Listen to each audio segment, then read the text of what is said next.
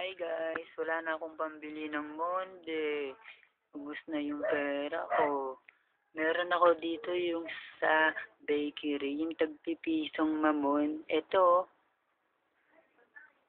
nagpipiso lang siya pero masarap naman siya. Gusto nyo? Titikman ko muna po ah. Sarap. Masarap din naman pala yung mga mamon sa bakery.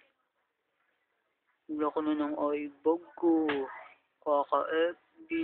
Ay, so sad. Paano kumain? Ay, hindi pa. Sa mga pagkain, kailangan walang arte-arte.